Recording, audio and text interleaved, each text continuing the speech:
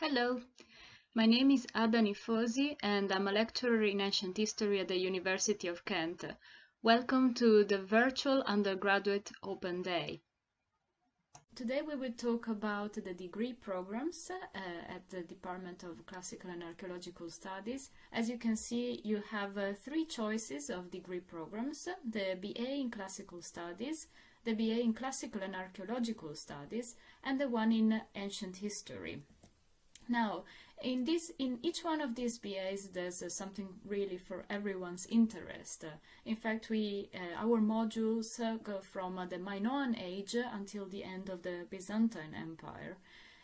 We can say that the main focus of these modules is on the ancient Greek and Roman world, the Greco-Roman world, but you can choose from modules on ancient Egypt and other modules that touch on less known parts of the ancient world, for example, Carthage. So there is really something for everyone. Also, you can choose different pathways. You can build your own degree, and so normally in the first year you have more general modules to find out also what you're interested in. But then from the second year you start choosing more specialist modules, and this is the same happens in the third year. So you can really tailor the course around your own interests. So I would say you can also choose between single honor degrees or even combine single honor degrees and joint honor degrees, and this gives you even more choice. So for example, a very popular joint honor degrees is ancient, medieval and modern history, but other combinations that are very, very popular every year are joint honors with philosophy, with Asian studies, comparative literature, and with Italian. So really you have quite a bit of choice there. So this is what a stage 1 year looks like. The modules, you can find them in the online prospectus as well. So there are core modules that you normally take anyway, and they give you a sort of fundamental knowledge of the Greco-Roman world and the basics of archaeology and classical archaeology. So these modules are 15 credits. You have to choose 120 credits in total. And then there are optional modules at stage 1. So I told you that there are the modules at stage 1 are very general, but actually you can already at stage 1 choose the modules you are interested in. And so you have to take a few core modules, but there are many modules to choose from among the optional ones. So for example, you can choose Latin or Greek for beginners, so you depending on your stage, because you might have already studied Latin or Greek, and so you could access to a higher stage, but normally you start from beginner's level. Classical mythology, Mediterranean empires from Carthage to the Indus. As I told you, you can really study civilizations that normally are not studied. The archaeology of Canterbury, so it's obviously a unique module to the University of Kent, and Canterbury has great archaeological sites. Ancient Egypt, key sites and material culture. This is a new module that I am introducing next year for the first time. And also wild modules. So from the first year you can choose other modules from other programs. So this also gives you even more choice. At stage 1, if you choose a joint honors rather than a BA, so what I've just showed you was what the choice you have for a BA. You can also you combine the core modules of the single honors in classical and archaeological studies or ancient history with the modules of the other program that you choose. So for example, I'm just giving you one example, the one of ancient, medieval and modern history. This is a joint honors where you combine the modules of classical and archaeological studies, with the ones of history, medieval and modern history. And so your core modules will be Greek and Roman civilization, which are 2 modules, one running in the spring, the autumn, the Greek civilization, and Roman civilization running in the spring term. And then a core history module, which is called the Making History. So you get the foundational modules from both degrees. And then optional modules, of course, you have a wide choice, which includes both our optional modules and the modules of medieval and modern history. So what does your typical week look like at stage 1? So first of all, you have the lessons, you have the contact time with your teachers. So it's difficult to quantify how many hours you have each day, so it can go from 3 to 4.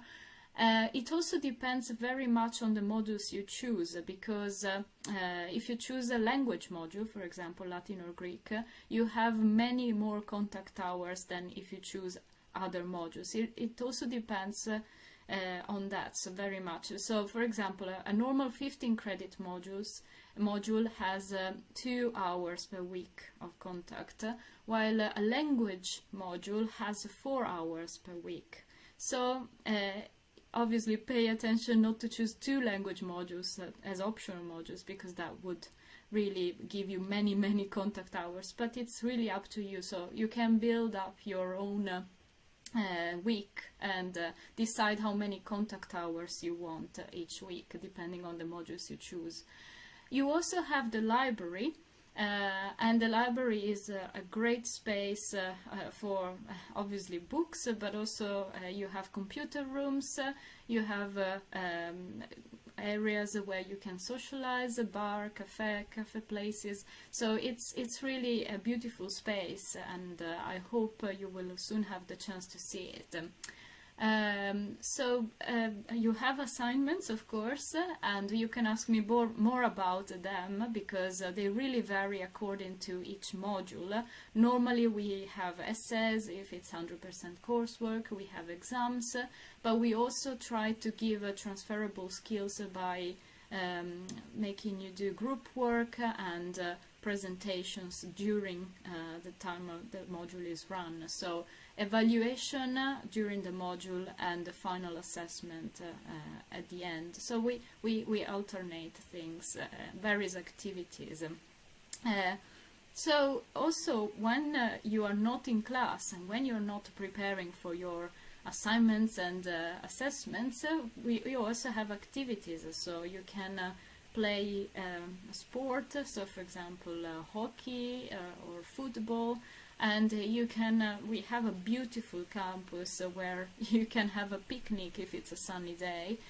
We have woods even, and amazing wild animals like bunnies, nothing dangerous. So it's really a very pleasant place also for leisure time. So looking at the modules, we have modules in classical literature and classical culture, and we have staff that is specialized in these modules. So these are the modules that are taught from the second year, and as you can see, they are far more specific and specialistic than the ones taught in the first year. So from this time you can really choose what you're interested in. And also these modules are research-based. What does it mean? It means that, for example, we have people that specialize on Athenian power plays, so in this case Dr. Rosie Wiles, and so she created a module that to which she can really contribute with her own research, or from Rome to Byzantium. So these are all research-based modules. Virgins and Aid, Greek philosophy, Love, Sex and Society, a very popular module. So this is just to give you an idea of our classical modules. Then we also have ancient history modules, and once again we have ancient historians creating them and contributing with their own up-to-date research to these modules. So, for example, War and Imperialism in Ancient Rome, taught by Christopher Burden-Stevens, the history of the Roman Empire, the Hellenistic world, Greco-Roman Egypt. So, as you can see, we try to cover the Greco-Roman world, but broadly intended, not just Rome and Greece. And we try to cover the big history, but also the everyday life. And the last but not least, Egyptian hieroglyphs, if you want to try something unusual, but it's very good fun. Archaeology, we have archaeologists that teach other research-based modules, so on artifacts, Egyptian archaeology, mystery cults. There's also the chance of doing an archaeological project in the third year. So, and the chance of taking modules on museum and heritage studies, which include the museum placements. And a member of staff that is teaching them is Dr. Sofia, Professor now, Professor Sofia Labadi. Now, there are various opportunities during your degree to work in field work, so try to be archaeologist for the first time, or maybe you have already experienced, but anyway, we offer fieldwork opportunities locally in Kent and Lincolnshire. We always have new opportunities every year, but this is what we are currently doing. And museum placements with the museums in Canterbury, and other experiences which include artifacts analysis with the Canterbury Archaeological Trust, and also heritage internships with organizations such as UNESCO. Once again, Professor Sofia Labadi has these offers in her modules. Also, we have an archaeological laboratory at the university, and this allows us to analyze our own artifacts, the artifacts that come from the excavations, but also to import artifacts from museums and study them in our laboratory. The people that you can see on the right are Lloyd Bosworth, our technician, who is really a great resource, because he's running the laboratory and is assisting in archaeological excavations, and Dr. Steve Willis, who is also directing important archaeological excavations. So there is the chance really to learn lots of techniques and ways of analyzing artifacts. We also, these are just two examples of what we are doing, exciting projects.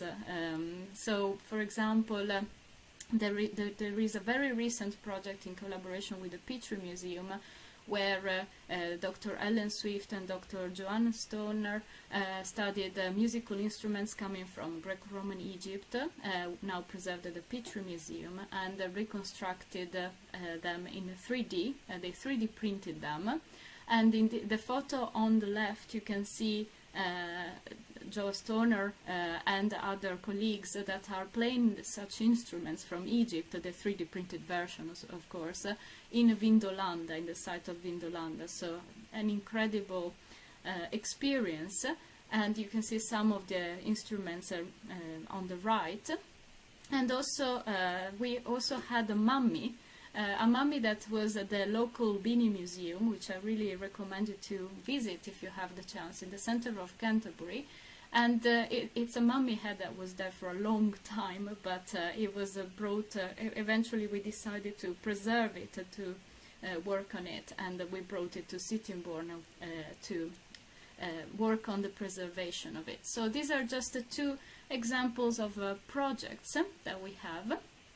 So another opportunity that you have, so we talked about field work, we talked about the possibility of using our laboratory, and also museum placement, but there is another opportunity, the one of to study abroad, or even to work abroad. So it's up to you. These opportunities are offered from your second year. So, for example, the study abroad can be either one term or a whole year. If you choose to do one term to study abroad, it can be either in the spring term of your second year or in the autumn term of your third year. If you do a whole year, it has to be in the third year. Where can you study? Well, we have lots of different areas that you can choose from UK, European and international destinations. You can also, as I said, choose to do a placement year instead, and in this case you have to do 120 credits and for a minimum of 24 weeks. And you can really choose where you want to work. It can be an industrial or commercial or no-profit organization. For example, I supervised a person that went to Barcelona to teach, and this student had a very, very positive experience. So you can really choose something also that might give you a permanent job afterwards. Now talking about the other experiences you can make during your 3 years, you can have also other student trips, possibly where lecturers are not involved. You have more fun in that way, but sometimes we organize, as lecturers, we organize student trips ourselves. Sometimes they are organized by the Kent Classical and Archaeological Society, which is our student society, which are extremely organized. So we have brought students to various destinations in Europe, from Germany, Belgium, Rome, Turkey and Paris. And obviously, whether you travel with lecturers or with the Kent Classical and Archaeological Society, you get more both fun, but also you learn a lot. Now, talking about the activities of the society more in detail, the society offers really a lot of different activities depending on what you're interested in. But for example, they organize every year. Now it has become a tradition, a Greek play.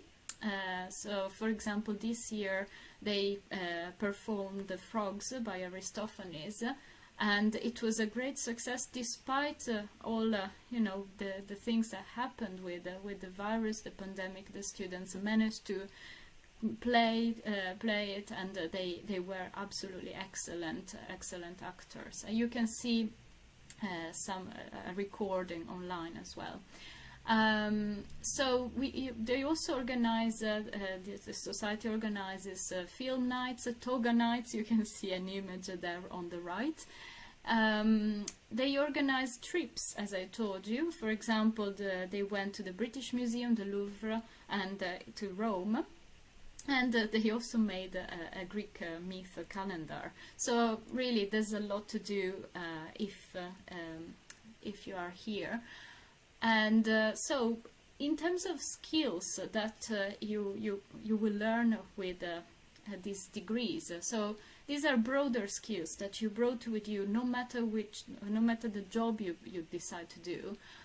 So one of the main things, apart from going through this list, is that this degree teaches you how to think in a clear, logical and critical way, but also to compare different things that are elements that are very, very different. So it opens your mind, and it also helps you to solve problems, because you learn how to critically evaluate complex matters and solve them in a quick way. This is what you will be asked to do in seminars, so you will learn that. And also you will learn how to interpret texts, how to interpret visual material, depending on the different subjects. But normally subjects are quite interdisciplinary, so within the same module you will find different kinds of challenges.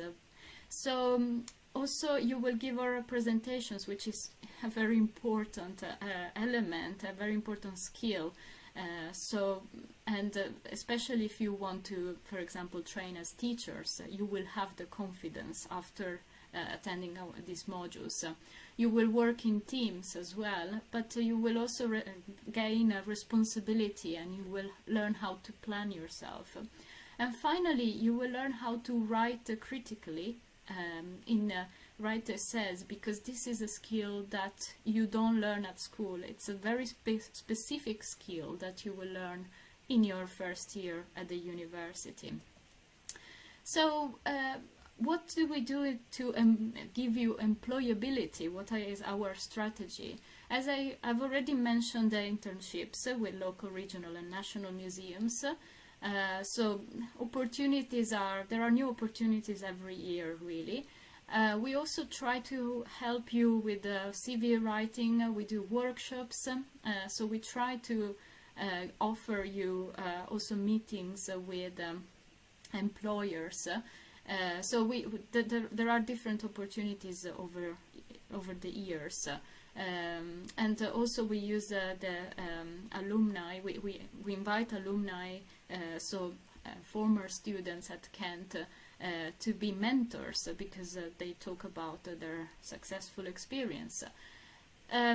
We have a very positive result from national surveys. So 95% of the students are in work or in further study opportunity within 6 months of graduating. So what do you do if you want to work after Kent? You can really choose lots of professions. So from museum work and archive work, so working in the heritage sector. You can also choose to teach classics, for example, or history. You can become an archaeologist, which means different things. So from commercial archaeology to the longer academic path, but still not impossible, I can tell you from my own experience. And then you can do business, public service.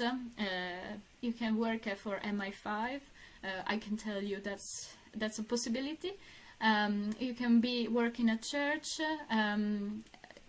You can be a librarian, a journalist, or even a lawyer. I mean, there are lots of different more. We have the prospectus online of our degrees, so you can just look for BA Ancient History Kent, and it will come out, or BA Classical and Archaeological Studies Kent, so on Google. But we also have other channels.